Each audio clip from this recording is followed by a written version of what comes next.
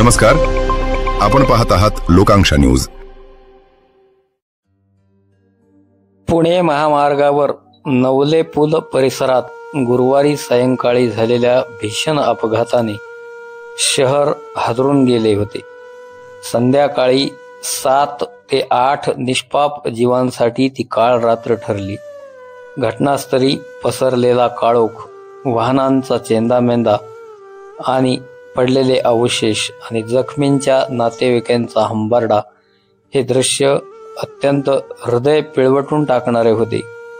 2 container आणि एका कारचा झालेला जबरदस्त अपघात काही क्षणातच 7 ते 8 जण जळून खाक झाल्याचे सांगण्यात आले। तब्बल 20 ते 25 जण जखमी झाले होते। गुरुवारी म्हणजेच 13 तारखेला सायंकाळी 5:30च्या सुमारास कात्रज बोगद्याकडून नवले पुलाकडे येणाऱ्या महामार्गावर हा अपघात झाला। या अपघातात मृत्यू पावलेल्या 7 जणांमध्ये 5 वर्षाची चिमुकलीही होती। बालदिनाच्या पूर्वसंध्येलाच या बालिकेचा अंत झाल्यामुळे पुणे शहर हळहळले होते।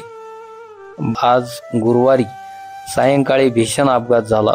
सातत्याने अपघातामुळे चर्चेत असलेल्या या पुलावर एका भरधाव कंटेनरने सुमारे 20 वाहनांना धडक दिल्याने मोठी दुर्घटना घडली। या घटनेत 9 जणांचा अक्षरशः होरपळून मृत्यू झाल्याचे प्रत्यक्षदर्शी सांगण्यात येत आहे, तर 22 जण जखमी झाल्याची माहिती मिळत आहे। जखमींना रुग्णालयात दाखल करण्यात आले।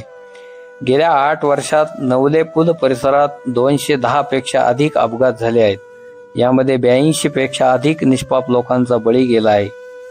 पुणे येथील नवले पुलावर 2 ते 3 वाहनांनी पेट घेतल्याची एक भीषण अपघात घडता घटनास्थळी पोलिसांनी तात्काळ धाव घेतली।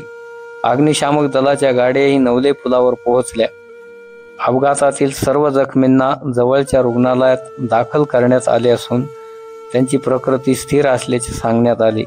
या दुर्घटनेतील मृतांचा आकडा वाढण्याची भीती व्यक्त केली जात होती। अपघातात मृतांच्या कुटुंबियांना 5 लाख रुपयाची मदत मुख्यमंत्री देवेंद्र फडणवीस यांनी जाहीर केली आहे।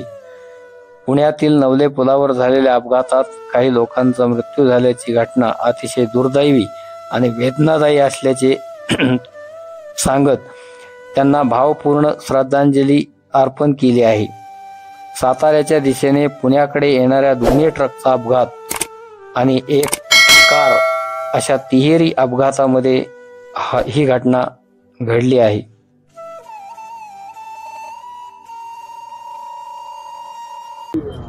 कालचा संध्याकाळी झालेला हा सगळा दुर्दैवी प्रकार आहे। पुन्हा एकदा याच ठिकाणी एक मोठा अपघात झाला। दुर्दैवानं 8 लोक याच्यामध्ये दगावलेली आहेत। खर तर मागच्या काही काळामध्ये या ठिकाणी